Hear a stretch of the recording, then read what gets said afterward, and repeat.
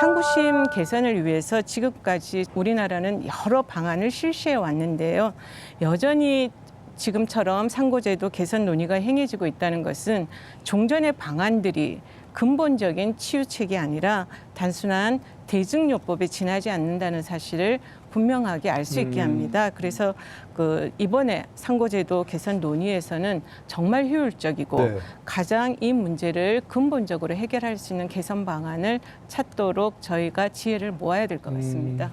대다수 상고인들한테 말하자면 뭐 속된 말로 희망 고문이라고 하죠. 일명 그런 것을 줄 것이 아니라 일정한 기준에 따라서 상고를 제한하고 이것을 통과한 사건에 대해서는 공개 변론과 전원합체 판결을 해서 충실하게 판단을 내려줌으로써 대법원이 최고법원으로서의 기능을 정상화할 수 있도록 하는 것이 바람직한 것이 아닌가 하는 게 제 생각입니다. 판단하는 기준은 법률 문제가 최고법원의 판단을 받을 만큼 근본적인 중요성을 가지는지, 판례 통일을 위해서 최고법원의 판단이 필요한 사건인지, 법을 지속적으로 형성 발전시키기 위해서 최고법원의 판단이 필요한 사건인지, 이런 기준을 가지고 보통 상고 허가 여부를 판단하게 되는데요.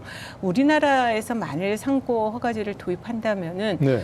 일정한 사유가 있는 경우에는 반드시 권리로서 상고가 가능하도록 권리 상고 제도하고 네네. 법원의 재량에 의해서 판단하는 허가 상고, 재량 상고 이거를 적절하게 조화를 해서 시행해 보는 것도 의미 있는 일인 것 같고요. 상고 허가제로 이렇게 좀 단계적으로 나아가는 것도 한 방법일 것 같습니다.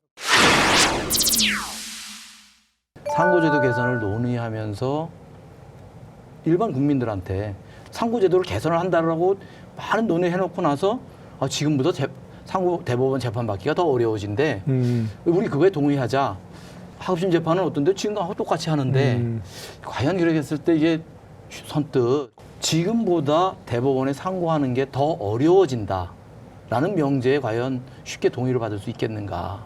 참으로 쉽지 않은 일이라고 생각합니다. 물론 하급심에서 충실하고 신속하게 재판을 하는 것이 바람직하다는 의견에는 전적으로 찬성을 합니다. 그리고 그렇게 충실하고 신속한 하급심 재판이 이루어져서 당사자들이 스스로 하급심 재판에 승복을 해서 상고를 하지 않으면은, 그래서 상고의 숫자가 줄어들면 그거 역시 굉장히 다행스러운 일이겠죠. 그렇겠죠. 예. 하지만 당사자가 상고를 하기를 원하는데 그 당사자는 하급심에서 이미 충실한 재판을 받았으니 상고심 재판을 신청할 권리가 없다라고 해서 상고심의 그 재판을 받을 권리를 제한하는 것보다는 오히려 상고심 재판도 신속하게 받을 수 있도록 상고심 구조를 개선하는 것이 저는 더 필요하다고 생각합니다. 상고 허가제와 관련해서 뭐 비판을 받는다고 하면 개별 사건의 권리 구제는 그건 외면하자는 거냐 이렇게 지적하고 비판하시는 분 의견이 많이 있을 수 있습니다. 당연히 아닙니다.